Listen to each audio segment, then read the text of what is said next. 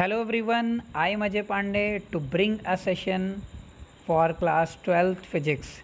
In this session we cover the all chapters important topics which are most important from the point of view of the examination. So at the end of this session if you have any doubt so you can comment and you can contact me at my contact number that is given in the comment section and description section. So and further you have to, if you like this session, so please like and subscribe my channel and further share to those people who are unable to attend the class during the COVID session. So let me start with our first session, the chapter electrostatic. So let me start first unit of the class 12th electrostatic, and the first topic is electric charge. So electric charge is the property associated with matter due to which it produces and experiences electrical and magnetic effects. Students focus on these 2 points, the produces and experiences. The charge is a property of a matter and due to which it produces and experience which type of effect? Electrical and magnetic effects. Clear, students? So the next one is why the charge is developed and why the charge produces and experience a force or electrical or magnetic effects. So that is the due to of the excess or deficiency of electrons. Students ध्यान दीजिएगा फिर से, the excess or deficiency of electrons in a body gives the concept of charge. So if we are want to know that how the concept of charges comes in the consideration, so that is due to the excess or deficiency of what is electrons. So clear guys, the electric charge is a property of matter and due to which it produces and experience which type of effect? Either electrical or magnetic effect. We can say that it's a type of force, either electrical or magnetic forces. Clear? And that is due to why it is excess or deficiency of electrons. Guys ध्यान दीजिएगा फिर से. चलिए, let me talk about how many types of the charges. So listen, if we talk about the how many types of charges, so in case of excess of electron what? Excess of electrons, we know that when the number of electrons is greater than from the number of protons, then the charge should be negative. The charge should be negative. And same things when the charge is deficient means when the number of electrons is less than from proton, then in this case proton is what? Large quantity. That means the proton is more than from the electron, so the charge would be a positive. Clear everyone? Chali, very good. So let me talk about further what is the SI unit of charge. So listen, the SI unit of charge is what? Ampere second. SI unit of charge is what? Ampere second. How to ampere second? Let me talk in further the other next topic. And the SI unit is, it means, what is the means of ampere second? It means coulomb.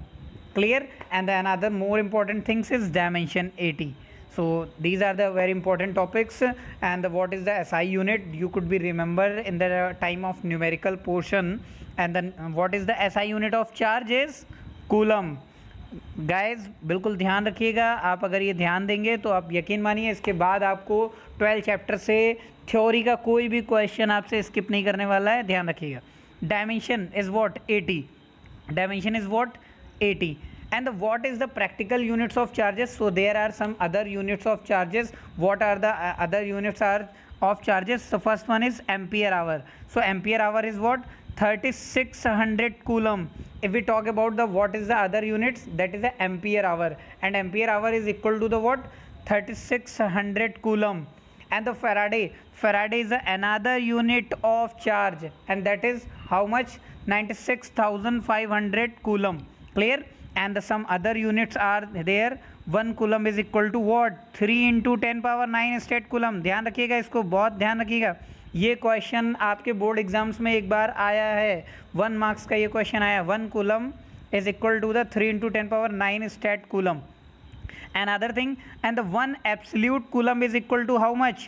10 coulomb. ध्यान से देखिएगा, 1 absolute coulomb is equal to 10 coulomb and 1 coulomb is equal to 3 × 10⁹ stat coulomb, and the Faraday, 1 Faraday is equal to 96,500 coulomb. Guys and students, listen, every student knows about the what is the SI unit of charge, that is a coulomb, but these some other units of charge, so you could be remember for the board exams. There are some properties of charges. Let me talk about some properties of charges. So first one, charge is a scalar quantity. Guys, you all know that. What is the scalar quantity? Scalar quantity only having a magnitude.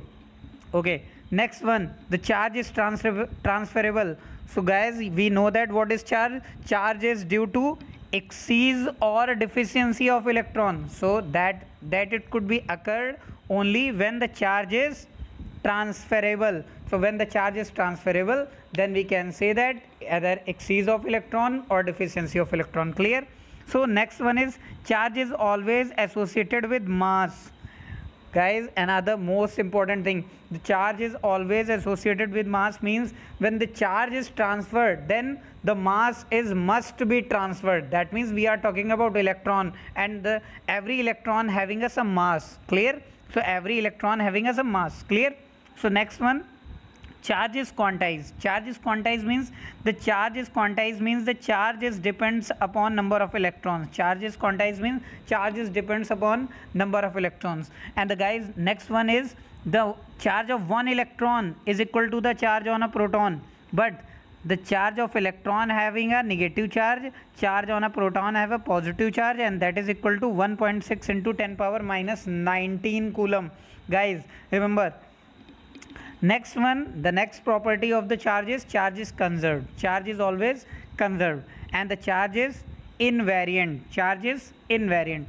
Very good. Listen, these are the important and specific properties of the charge, and you have to remember these properties of the charge.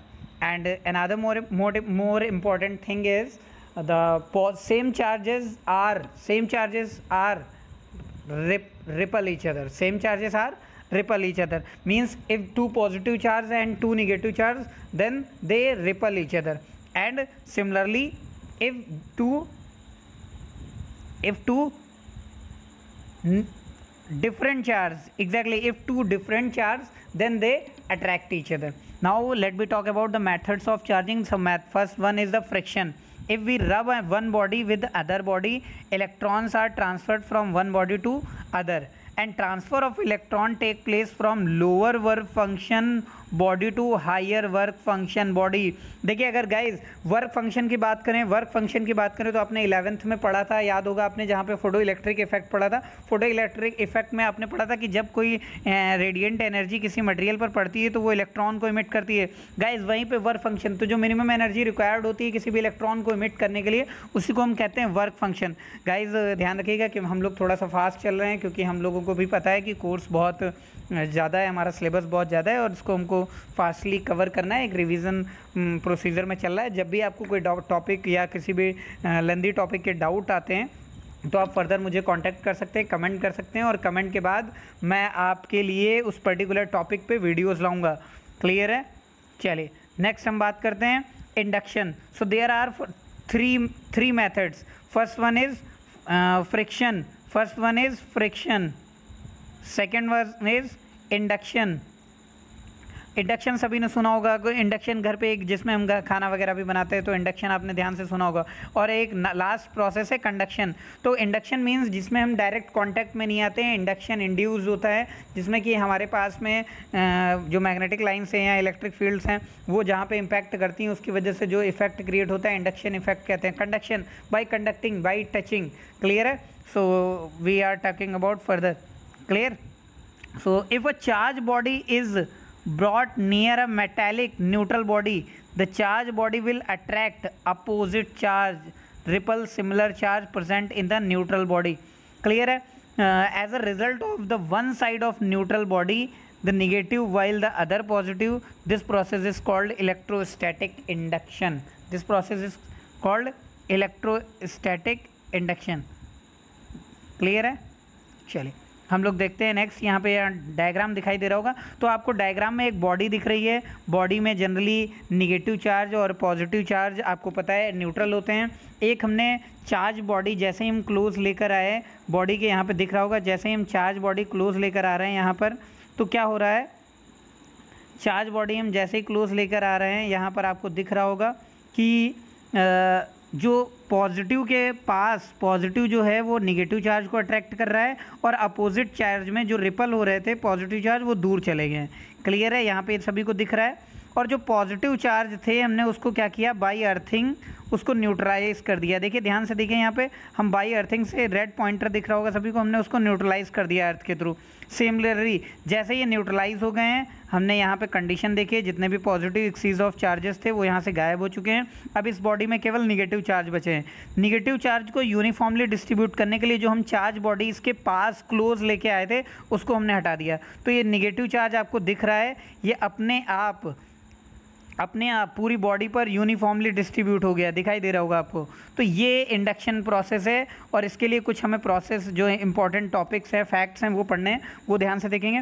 Inducing body neither gains nor loss charges, बहुत important है, बहुत important है। ना ही ये gain करती है charges को और ना ही ये लूज़ करती है चार्जेस को। क्यों नहीं करती है? क्योंकि आपको पता है कि चार्ज इज़ कंजर्व्ड, हमने चार्ज की प्रॉपर्टीज़ में पढ़ा था, ध्यान रखिएगा। नेक्स्ट है the nature of induced charge is always opposite to that of inducing charge, यानी कि जो चार्ज आप इंड्यूस करना चाहते हैं, वो जो जिस चीज़ का आपने इंड्यूस किया था, जिस नेचर का चार्ज आप क्लोज लेके आए थे, उसके अपोजिट नेचर में ही चार्ज इंड्यूस होगा। अगर आप पॉजिटिव लेके आए थे तो निगेटिव, और निगेटिव लेके आए तो पॉजिटिव। क्लियर?